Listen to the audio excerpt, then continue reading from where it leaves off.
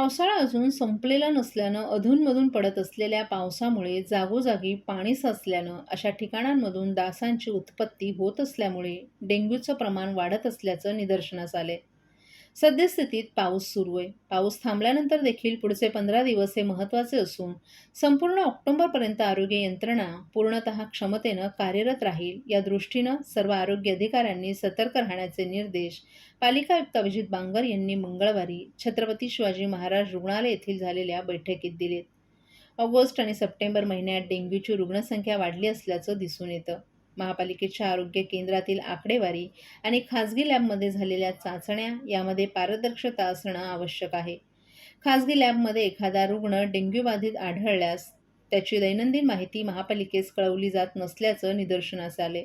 याबाबत त्या विभागातील वैद्यकीय आरोग्य अधिकाऱ्यांना शहरातील सर्व खाजगी डॉक्टर्स तसंच लॅब यांनी त्यांच्याकडे डेंग्यू मलेरिया सदृश्य आजाराचा रुग्ण पॉझिटिव्ह आल्यास त्वरित त्याची माहिती त्याच दिवशी स्थानिक वैद्यकीय अधिकारी आणि मुख्यालय आरोग्य अधिकाऱ्यांना कळवली जाईल या दृष्टीनं त्यांना सजग करावं असं आयुक्तांनी या बैठकीत नमूद केलं.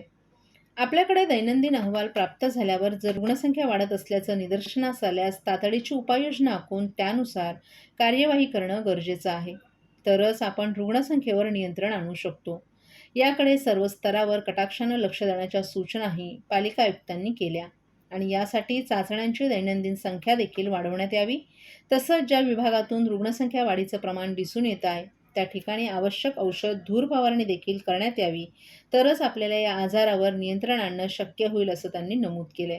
आजवरचा डेंग्यू रुग्णसंख्येबाबतचा जो अहवाल प्राप्त झालाय त्यानुसार सियारवाडी या दवाखाना येथे रुग्णांची संख्या मोठ्या प्रमाणावर असल्याचं दिसून येतंय. त्यामुळे या विभागातील रुग्णवाढीची कारणं काय आहेत, या ठिकाणी रुग्णांची वाढत काय आहे, त्या अर्थी डासांची उत्पत्ती स्थानं असू शकतात. त्यामुळे डासाची उत्पत्ती स्थानं शोधून या ठिकाणी धूर आणि औषध फवारणी करून ती नष्ट करण्यात यावीत. यासाठी फायलेरिया विभागाचा सहभाग महत्त्वाचा असून त्यांच्यामार्फत प्रभावीपणे कार्यवाही करण्यात यावी अशाही सूचना बांगर यांनी दिल्यात.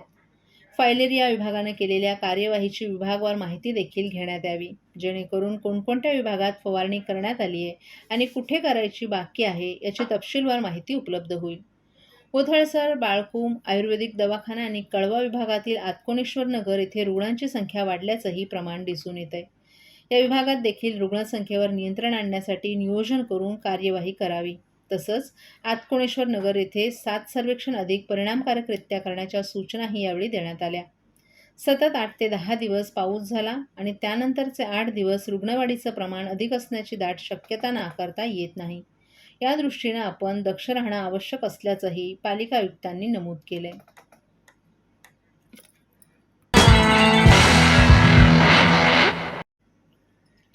1 ऑक्टोबरपासून ठाण्यात विविध भागात होऊ दे चर्चा हे अभियान सुरू करण्यात आले.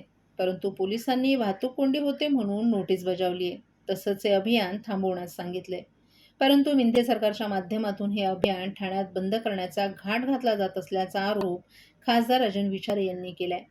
दुसरीकडे अशा पद्धतीने जरी पोलिसांनी वटहुकूम काढला असेल तरी देखील शिवसेनेच्या कार्यकर्त्यांना आता मोठ्या संख्येनं गर्दी करून हे अभियान यशस्वी करून दाखवावं असं आवाहन जितेंद्र आव्हाड यांनी शिवसेनेच्या पदाधिकाऱ्यांना केले. तसंच यापुढे साधी एनसी जरी दाखल झाली तरी त्याविरोधात तीनही पक्ष एकत्रित पोलीस ठाण्यात जाऊन जाब विचारतील असंही त्यांनी स्पष्ट केले. महाराष्ट्रात जी वाघनखं आणली जात आहेत त्या वाघनखांचा छत्रपती शिवाजी महाराजांशी काहीही संबंध नसल्याची माहिती आव्हाड यांनी दिली आहे. जेथून ही वाघनखं आणली जात आहेत त्याच ठिकाणाचा तसा उल्लेख करून ठेवला असल्याचा दाखला देखील त्यांनी यावेळी दिला. बिहारमध्ये ज्या पद्धतीनं जातन्याय सर्वे जाहीर करण्यात आलाय त्यानुसार महाराष्ट्रात देखील राज्य सरकारनं तो जाहीर करावा असं आव्हान देखील आव्हाड यांनी सरकारला दिले.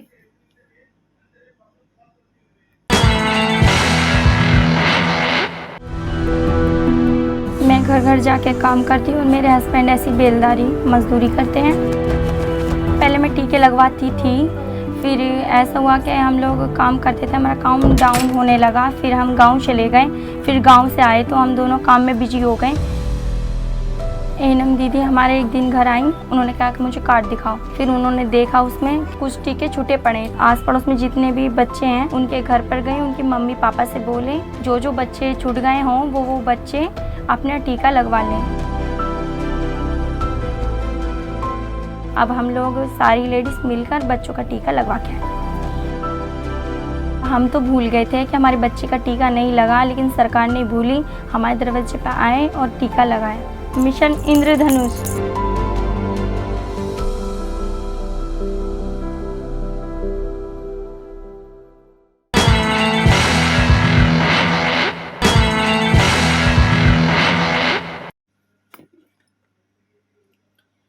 परदेशी फंडिंगच्या आरोपाखाली दिल्ली पोलिसांनी न्यूजलिंक या वृत्तसंस्थेच्या पत्रकाराच्या घरांवर आणि कार्यालयांवर छापेमारी केली.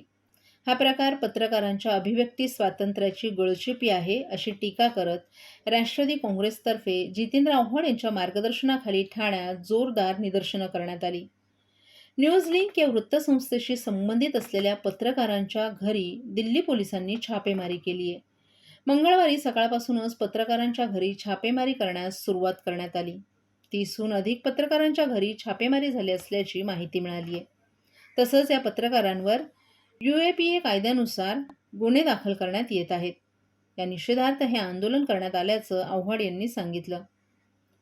पत्रकारों के सम्मान में राष्ट्रवादी मैदान में पत्रकारांची गळचेपी सहन करणार नाही. लोकशाहीचा खून करू नका.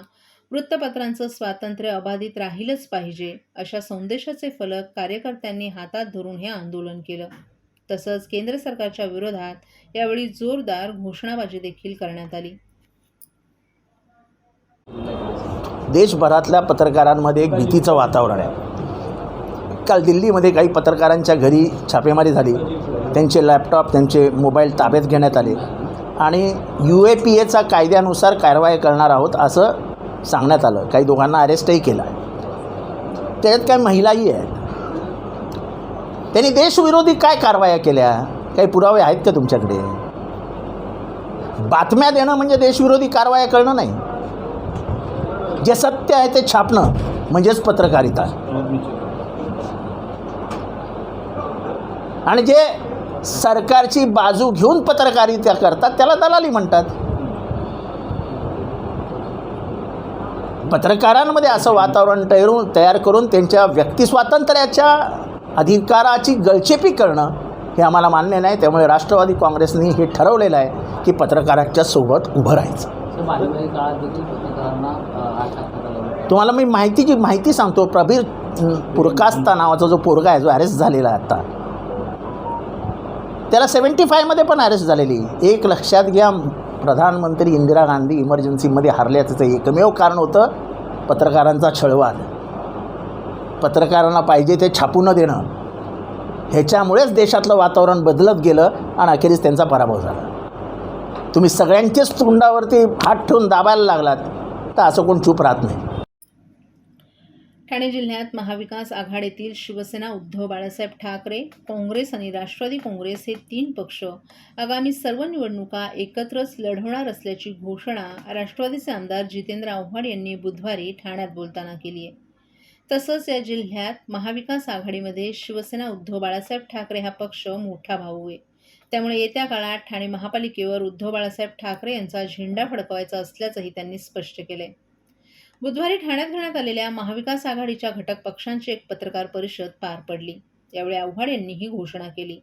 लवकरच ठाण्यात महाविकास आघाडीच्या प्रमुख नेत्यांची एक बैठक घेण्यात येणार आहे. या बैठकीला राष्ट्रवादी काँग्रेसचे अध्यक्ष शरद पवार, शिवसेनेचे पक्षप्रमुख उद्धव ठाकरे तसंच काँग्रेसचे प्रमुख नेतेही उपस्थित राहतील असाही त्यांनी दावा केलाय. येत्या वर्षभरात महाविकास आघाडीचे आम्ही सर्व प्रमुख नेते संपूर्ण जिल्ह्यात फिरून प्रचार करणार आहोत.